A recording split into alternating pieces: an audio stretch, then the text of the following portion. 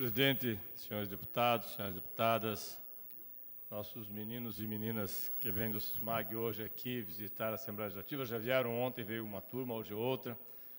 Nós temos uma aluna que é bastante conhecida dos deputados, que também é do SMAG, que é a Ana Júlia, que veio aqui, que lavou a alma de muitos deputados, assustou alguns, mas lavou a alma de muita gente. Então sejam todos bem-vindos e bem-vindas, porque é bom sempre ver os meninos e meninas aqui na Assembleia. Eu venho aqui, senhor presidente, porque ontem eu falei a respeito da situação do senhor Ezequias Moreira, aquele que era funcionário da Assembleia Legislativa, que contratou a sua sogra como sogra fantasma, que ficou no governo aqui durante o período em que esteve aqui servindo o gabinete do agora governador Carlos Alberto Richa, e que a sua sogra recebeu até um determinado período um valor que ele admitiu mais tarde de forma irregular. Até hoje não está explicado direito essa história, mas ele admitiu que foi de forma irregular, R$562 mil ou R$532 mil, devolvidos posteriormente, quando houve toda a denúncia, alguns anos depois, num processo que iniciou-se lá para os idos de 2007, 2008, que depois, quando estava para ser julgado, no dia anterior ao julgamento, o governador Carlos Alberto criou uma secretaria especial do Cerimonial Internacional, um nome pomposo para nada, porque tem 4 funcionários, e deu a esta pessoa o cargo de secretário, seu amigo pessoal, Ezequias Moreira, para tirá-lo, inclusive, da condição de ser julgado no primeiro grau aqui, pelo juiz primário, que seria a juíza, que seria feito, o julgamento seria feito no dia seguinte. Pois bem, com isso o senhor Ezequias virou secretário, foi inclusive também nomeado como um dos conselheiros do Conselho da Sanepar, é funcionário de carreira da Sanepar, e ontem, falei ontem sobre isso, ontem saiu a decisão. Depois de todos esses anos, 10, 12, 15 anos, o Tribunal de Justiça realmente, finalmente, conseguiu julgar o caso, que estava já há 1 ano com vista para um desembargador. E por entender que ele havia devolvido o dinheiro, como se fosse assim, deputado Tercílio, o senhor vai ali, ninguém percebe, o senhor tira R$500 mil da tesouraria da Assembleia Legislativa, 10 anos depois descobre, o senhor devolve os mesmos R$500 mil. Aí, olha, tem um atenuante, ele devolveu. Então, isso já melhora a vida. Como se o camarada que fosse pego com 2 quilos de maconha, devolvesse a maconha e pudesse sair livre. Então, esses pesos e medidas diferentes é que criam para a sociedade a descrença, inclusive, no próprio judiciário. Mas, enfim, o judiciário entendeu que ele havia tido esse atenuante, julgou, e deu 4 anos, embora o Ministério Público disse 11, deu 4 anos, 6 anos, ou 6 anos e 8 meses, menos do que o tempo transcorrido entre a denúncia e o julgamento. O que aconteceu com o senhor Ezequias?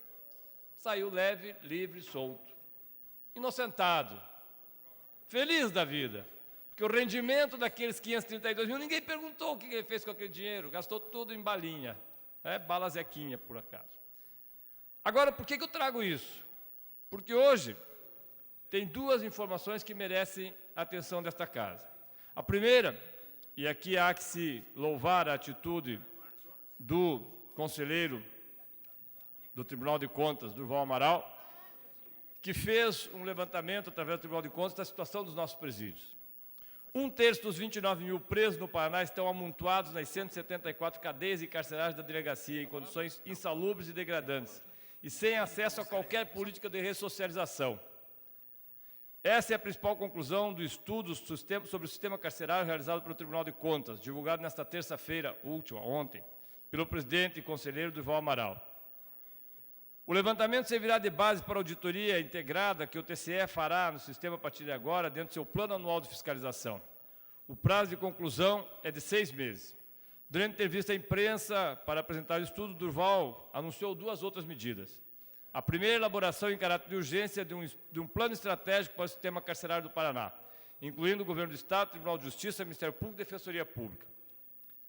A segunda é a imediata recomendação, senhores deputados, que o Governo do Estado redirecione o recurso do empréstimo de US$112 milhões concedidos pelo BID para a construção de penitenciárias. Objetivo: a modernização de cadeias públicas e compra de equipamento para a Polícia Civil.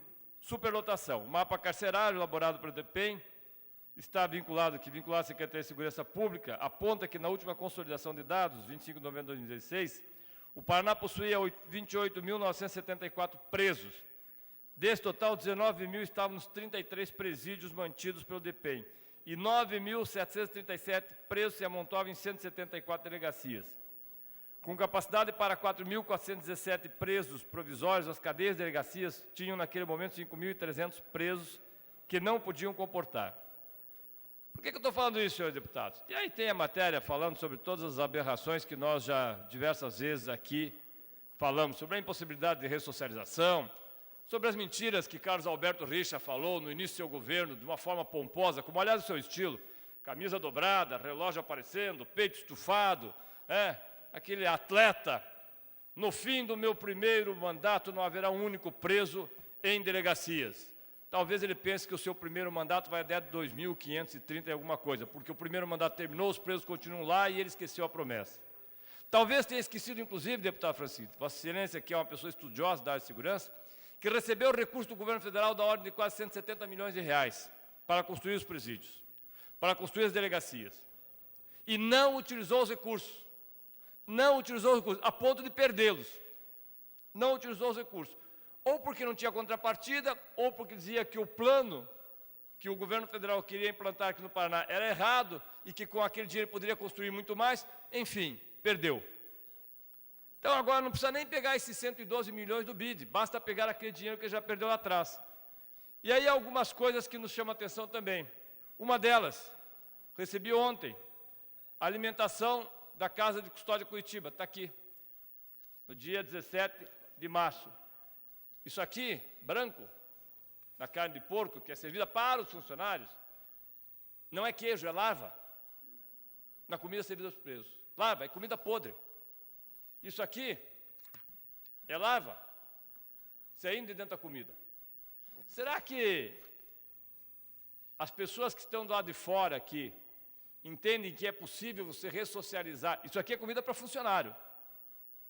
Não é nem comida para preso, é comida para funcionário. Será que pensam que é possível uma pessoa que esteja presa comer? Não vai comer. Quem serve é a família dele. Por que eu estou mostrando isso aqui? Porque há mais de 5 anos nós apresentamos essa mesma denúncia. Essa mesma denúncia. Inclusive com fotografias de salada que tinha rã dentro da salada. Que tinha sola de chinelo. Que tinha prego. E eu falei aqui, as pessoas não entendem que quem serve a comida nos presídios rouba o Estado. Falei isso aqui.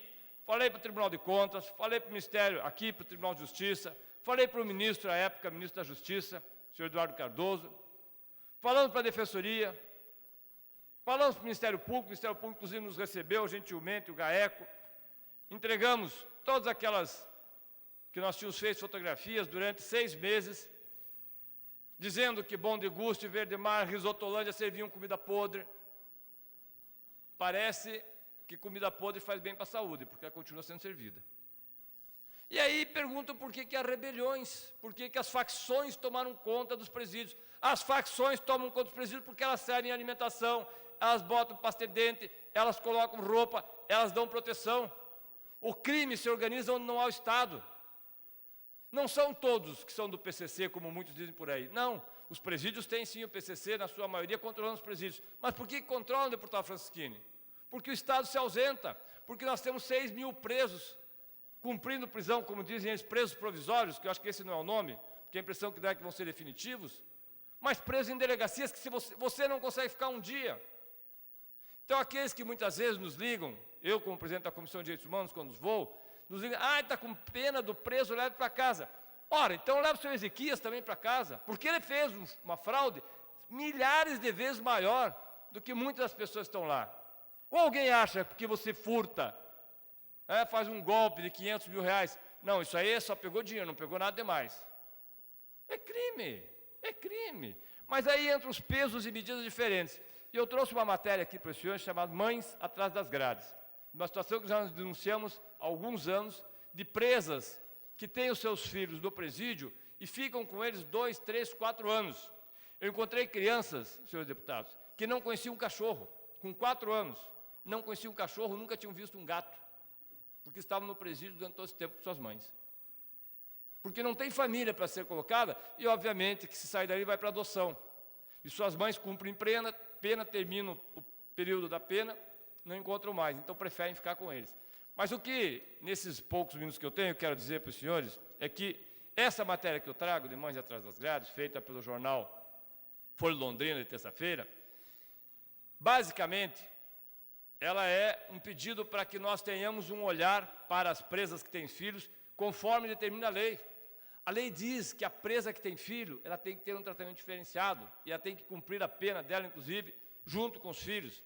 Mas o defensor público do Estado do Paraná, Alexandre Cassama, que atua nas execuções penais, ressalta que há muita dificuldade de atendimento às presas provisórias, já que o processo tramita em várias criminais diferenciadas. Nós temos 2 ou 3 defensores para isso. Houve a boa vontade do tribunal, depois da rebelião, alguns dias atrás, algumas semanas, meses atrás, lá na penitenciária feminina, o que é raro acontecer, houve a boa vontade de fazer mutirão carcerário. E nesse mutirão carcerário, várias das mulheres que estavam lá, inclusive, saíram para cumprir suas penas em casas. Mas o que mais me chamou a atenção foi uma notícia que saiu essa semana, de uma mãe que teve o seu pedido de prisão relaxado, o seu pedido de prisão negado. E eu vou ler a matéria, porque ontem o ministro Gilmar Mendes, que nós não morremos de amor por ele, concedeu o benefício para essa presa. O ministro do Supremo Tribunal, Gilmar Mendes, concedeu prisão domiciliar a uma mulher presa no interior de São Paulo por tráfico de drogas. O ministro entendeu que a acusada pode deixar o presídio por ser mãe de 2 crianças, uma de 3 anos e outra de 6 anos, inclusive uma delas autista, que não está aqui, mas é autista.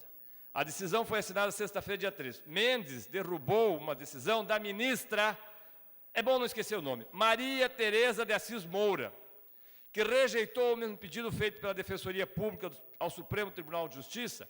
Ao negar a soltura, a ministra usou normas internas do tribunal e entendeu que o recurso era incabível por razões processuais, sem julgar o mérito. Detalhe, Maria Tereza, a mesma Maria Tereza que negou a essa presa, também foi a responsável pela decisão que beneficiou a ex-primeira-dama do Rio de Janeiro, Adriana Anselmo, com prisão domiciliar.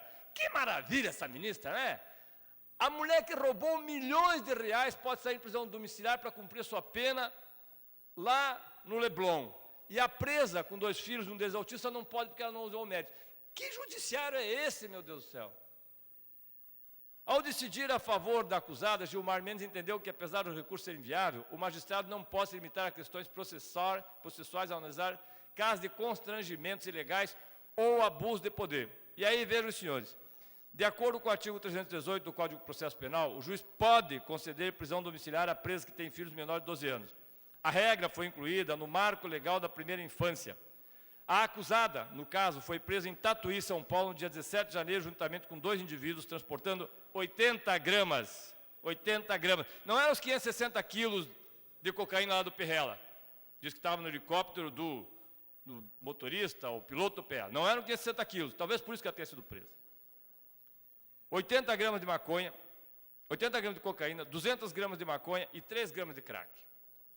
E esta senhora, com 2 filhos, a esta senhora foi negada a condição de acompanhar seus filhos.